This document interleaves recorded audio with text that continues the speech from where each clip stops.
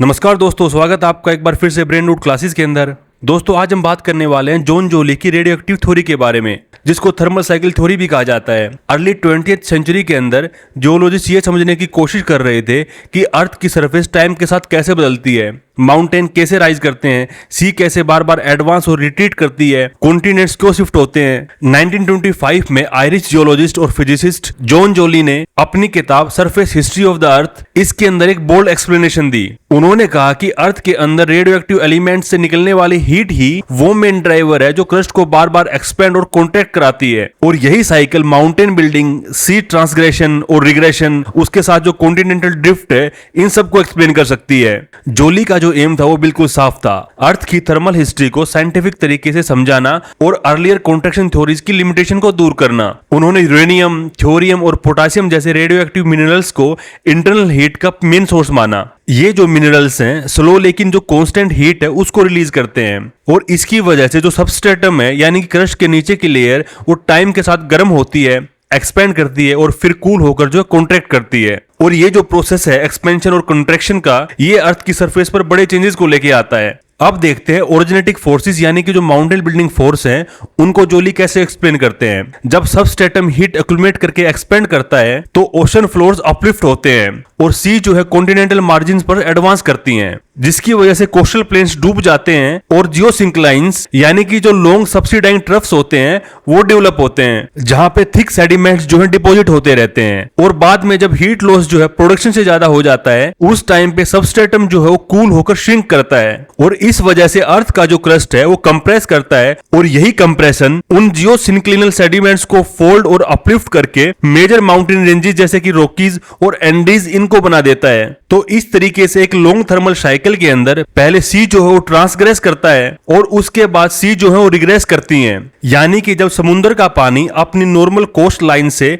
आगे बढ़कर जमीन के ऊपर आ जाता है तो उस प्रोसेस को सी ट्रांसग्रेशन कहते हैं। ये जो ट्रांसग्रेशन का प्रोसेस है ये तब होता है जब सी लेवल ऊपर उठ जाता है, जैसे कि ग्लेशियर्स के पिघलने की वजह से, या लैंड थोड़ा जो है नीचे धंस जाता है सब्सिडेंस की वजह से। तो ट्रांसग्रेशन का मतलब हुआ समुद्र के पानी का आगे आना। और इसके ऑपोजिट अगर हम बात करें सी रिग्रेशन की, जब समुद्र का पानी अपनी पुरानी कोस्टलाइन से पीछे हटकर समुद्र की तरफ वापस चला जाता है तो उस प्रोसेस को कहा जाता है सी रिग्रेशन, यानी कि समुद्र के पानी का पीछे हटना। रिग्रेशन जो है नॉर्मली तब होता है जब सी लेवल नीचे गिर जाए, सी लेवल जो ग्लेशिएशन की वजह से नीचे गिर सकता है, या लैंड जो थोड़ा ऊपर उठ जाए यानी कि अपलिफ्ट हो जाए, तो उसकी वजह से भी जो सी का लेवल है वो नीचे जा सकता है। अगर एलिमेंट्स के डिस्ट्रीब्यूशन की बात करें तो कॉन्टिनेंटल क्रस्ट में जो लाइटर सियाल है यानी कि silica plus aluminium, in rocks की जो डेंसिटी है वो अराउंड 2.67 है। अगर बात करें ओशनिक क्रस्ट की तो ओशनिक क्रस्ट के ऊपर सिलिका प्लस मैग्नीशियम मिलता है यानी कि सीमा मिलता है, जिसकी डेंसिटी अराउंड 3 है। जोली ने माना कि जो रेडियो एक्टिव एलिमेंट्स हैं वो सियाल के अंदर ज्यादा अबंडेंट हैं और सीमा के अंदर उनकी जो प्रेजेंस है वो कम है। उन्होंने कहा कि कॉन्टिनेंट्स जो है वो ज्यादा हीट को जनरेट करते हैं और वो जल्दी रेडिएट भी करते हैं, जबकि ओशन के अंदर थिक सीमा जो है वो हीट को स्लो रिलीज करता है। इसका मतलब ओशन रीजन के नीचे हीट धीरे धीरे अक्यूमुलेट हो सकती है और लाखों सालों में सबस्ट्रेटम को नियर मेल्टिंग पॉइंट तक पहुंचा सकती है। अगर इसके मैकेनिज्म को समझें तो फर्स्ट स्टेप के अंदर होता है हीट का प्रोडक्शन और उसका अकुमुलेशन। रेडियो एक्टिव डिके की वजह से सीमा जो है वो धीरे धीरे हीट करता है। जोली ने कैलकुलेट किया कि लगभग 30 किलोमीटर की डेप्थ के ऊपर टेम्परेचर जो है वो 1050 डिग्री सेल्सियस तक पहुंच सकता है, जो बेसाल्ट के मेल्टिंग पॉइंट के काफी करीब है। और सेकंड स्टेज के अंदर होता है एक्सपेंशन ऑफ सबस्ट्रेटम। जब टेम्परेचर बढ़ता है तो मोल्टन लेयर जो है स्वेल करती है यानी कि वो सूज जाती है, थोड़ी फूल जाती है, और इसकी वजह से जो अर्थ का रेडियस और सर्कमफ्रेंस है वो बढ़ जाता है। इसकी वजह से ओशन फ्लोर जो है अपलिफ्ट हो जाता है और जो सी जो है, समुद्र जो है, वो कॉन्टिनेंट्स के ऊपर इन्वेड करते हैं। और यही होता है ट्रांसग्रेशनल फेज, जहां पे जियोसिंक्लाइंस में थिक सेडिमेंट डिपॉजिट होते हैं। और थर्ड स्टेज के अंदर जोली ने कहा अगर हीट जो है 1150 डिग्री तक बढ़े तो पार्शियल मेल्टिंग मोबिलिटी बढ़ा देती है, और इसकी वजह से जो लाइटर कॉन्टिनेंट है वो फ्लोट करके थोड़ा ड्रिफ्ट भी कर सकते हैं। और फोर्थ स्टेज जो है वो होती है कूलिंग और कॉन्ट्रैक्शन की। इस स्टेज के अंदर जो हीट लॉस है वो डोमिनेट करता है और सबस्ट्रेटम जो है वो श्रिंक कर जाता है, और इसकी वजह से सी जो है, समुद्र का पानी जो है वो रिट्रीट करता है, रिग्रेस करता है, यानी कि पीछे हट जाता है। और इस स्टेज के अंदर क्रस्ट जो है वो कंप्रेस होती है और सेडिमेंट फिल्ड जियोसिंक्लाइंस फोल्ड होकर माउंटेन चेन्स के अंदर बदल जाते हैं। ये जो पूरी साइकिल है मिलियंस ऑफ ईयर तक चलती है और बार बार रिपीट भी हो सकती है। समुद्र के ट्रांसग्रेशनल पीरियड के अंदर एक्सपेंशन जो होता है वो अपने पीक के ऊपर होती है। इस पीरियड के अंदर सीमा जो है स्वेल करता है, वो फूल जाता है और इस पीरियड के अंदर जो कोस्टल रीजन है वो सबमर्ज हो जाते हैं और मैराइन सेडिमेंट कॉन्टिनेंटल मार्जिन पर जमा हो जाते हैं, जो कि फ्यूचर माउंटेन बिल्डिंग के लिए रॉ मटेरियल का काम करते हैं। रिग्रेशन पीरियड के अंदर कूलिंग जो है वो डोमिनेट करती है और मोल्टन सबस्ट्रेटम सॉलिडिफाई हो जाता है।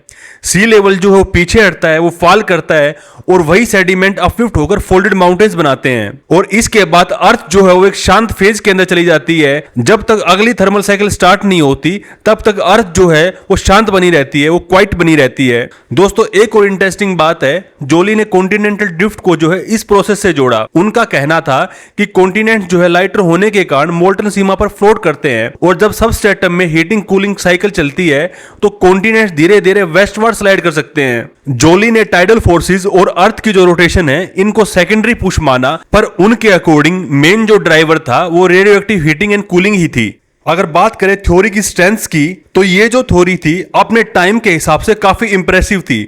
इसने पहली बार दिखाया कि रेडियो एक्टिव डिके से निकलने वाली slow but steady heat long term geological changes drive कर सकती है। जियोलॉजिकल रिकॉर्ड में दिखने वाले रिपीटेड सीट ट्रांसग्रेशन और रिग्रेशन फेज को ये अच्छी तरीके से एक्सप्लेन करती है। और इसके साथ ही जोली ने जो है इंटरनल हीट और कॉन्टिनेंटल मोबिलिटी को लॉजिकली कनेक्ट किया। लेकिन दोस्तों जैसे जैसे साइंस आगे बढ़ी लिमिटेशन जो है वो भी सामने आई। क्वांटिटेटिव स्टडीज ने दिखाया कि रेडियोएक्टिव डिके से जनरेट हीट उतनी नहीं है कि वो planet wide huge expansion contraction कर सके। हारोल्ड जेफरी ने तर्क दिया, उन्होंने आर्ग्यू किया कि अगर सीमा जो है वो मेल्ट हो जाए तो वो इजीली रिसोलिडिफाई नहीं करेगा, जिससे जोली का जो पीरियोडिक साइकिल है वो टूट जाता है। उसके अलावा जोली का जो जियोसिंक्लिन कंसेप्ट था वो भी काफी ओवर सिंप्लीफाइड था। मॉडर्न प्लेट टेक्टोनिक्स हमें बताती है कि माउंटेन बिल्डिंग प्लेट कन्वर्जेंस से होता है, न कि सिंपल क्रस्ट की स्वेलिंग और श्रिंकिंग से। सी फ्लोर स्टडीज ने भी वास्ट एक्सपेंशन का कोई भी एविडेंस नहीं दिया। उसके अलावा जो कॉन्टिनेंट्स के अनइवन डिस्ट्रीब्यूशन है उनको भी केवल थर्मल साइकिल से एक्सप्लेन नहीं किया जा सकता। लेकिन फिर भी जोली की रेडियो एक्टिव थ्योरी का हिस्टोरिकल इंपॉर्टेंस काफी बड़ा है। इसने जियोलॉजिस्ट का ध्यान रेडियो एक्टिव डिके को लॉन्ग टर्म हीट सोर्स की तरह देखने पर मजबूर कर दिया। इसकी वजह से क्रस्ट और मेंटल के थर्मल प्रॉपर्टीज पर रिसर्च को एक नई डायरेक्शन मिली। जोली का ये जो आइडिया था ये पुरानी कॉन्ट्रैक्शन आइडिया और उसके बाद मेंटल कन्वेंशन, उसके अलावा प्लेट टेक्टोनिक्स जैसे मॉडल थे, इन सब के बीच में ये एज ए इंटेलेक्चुअल ब्रिज बना। आज हम जानते हैं कि मेंटल कन्वेंशन और प्लेट मूवमेंट्स ही रियल इंजन है, लेकिन जोली का काम हमें याद दिलाता है कि मॉडर्न जियोलॉजी तक का सफर कई क्रिएटिव एक्सपेरिमेंट्स और बोल्ड हाइपोथेसिस से होकर गुजरा है। तो दोस्तों यहाँ पे जो जॉन जोली की रेडियो एक्टिव थ्योरी थी, जिसको थर्मल साइकिल थ्योरी भी कहा जाता है, यहाँ पे ये कंप्लीट होती है। उम्मीद आपको पसंद आई होगी। अगर आपको ये टॉपिक अच्छा लगा हो तो कमेंट करके जरूर बताएं, अपने दोस्तों के साथ शेयर करें और बेल आइकन को दबाना बिल्कुल ना भूलें, ताकि हर नए लेक्चर की नोटिफिकेशन आपको टाइम पर मिलती रहे। मिलते हैं अगले वीडियो में, तब तक के लिए धन्यवाद।